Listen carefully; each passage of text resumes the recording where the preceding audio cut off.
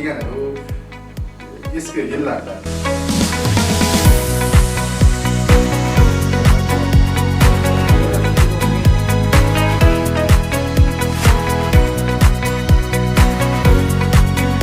Qolgansa qancha foiz to'lab bergan?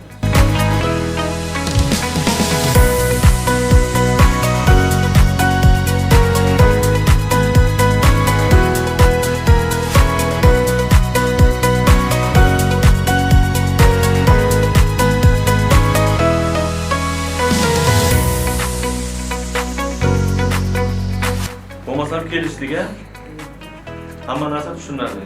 Sog' bo'linglar, salomat bo'linglar. O'zbekiston Davlat filarmoniyasi bosh direktori maslahatchisi Mahmud Agnazov bugun Surxondaryo viloyat bo'linmasiga tashrif buyurdilar.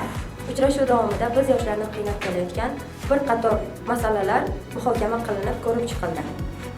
Xursand bo'ldik. Sport bo'yicha, futbol, kiber sport bo'yicha ham takliflarni aytdi. Biz yoshlarga ma'qul bo'ldi. Yana shu kabi biz yoshlar bilan uchrashuvlar bo'lishini, davomiy bo'lishini xohlab qolamiz.